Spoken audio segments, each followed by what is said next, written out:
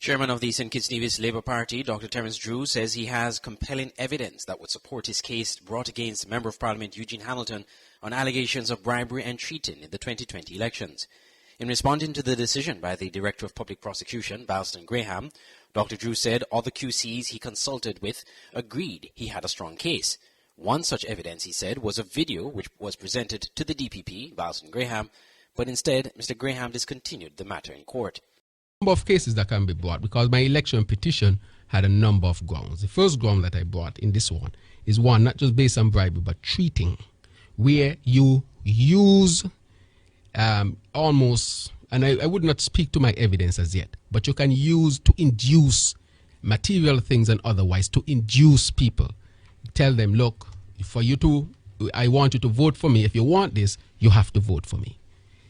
When you see what we have and how this was planned by Eugene Hamilton, even in the video that we have, which we have not revealed, and the DPP, would have received a copy of it.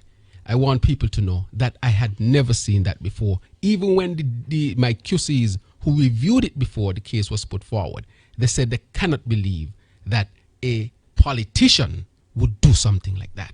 What did this video entail? Well, I would reveal it eventually, okay. But it showed how they manipulated, they use material gifts and how they use them to give people, to induce them so that they could vote a particular way.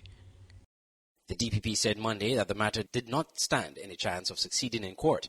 But speaking on Issues radio program on Thursday on Freedom 106.5, Dr. Drew said the DPP blocked his case from being heard and suggested bias for the decision.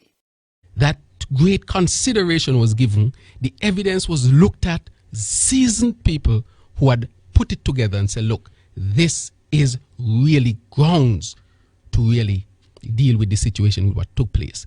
Why am I bringing the case? I'm going to deal with that afterwards. Now, I want the public to know that the DPP has not met with me once. I think that is a travesty to the normal process of justice being dispensed. He has not met with me once. Imagine. Since it was announced that he would take over the case? He never met with me. So how can he determine the veracity of my evidence without meeting with me? How? That is the question that must put to the DPP.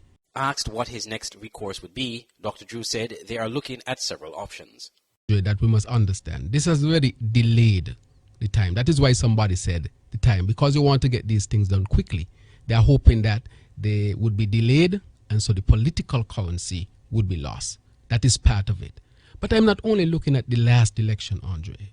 If the Caribbean, if we continue to go down there when you see what was done with respect to how the treating was done, it will destroy the democracy.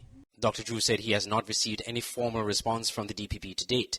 Mr. Hamilton told SK Newsline that the case did not stand any chance of succeeding. He suggested Dr. Drew, who was his political opponent in the 2020 elections, was seeking recourse after the Labour Party withdrew petitions it filed after losing the elections. Andre Huey, SKN Newsline.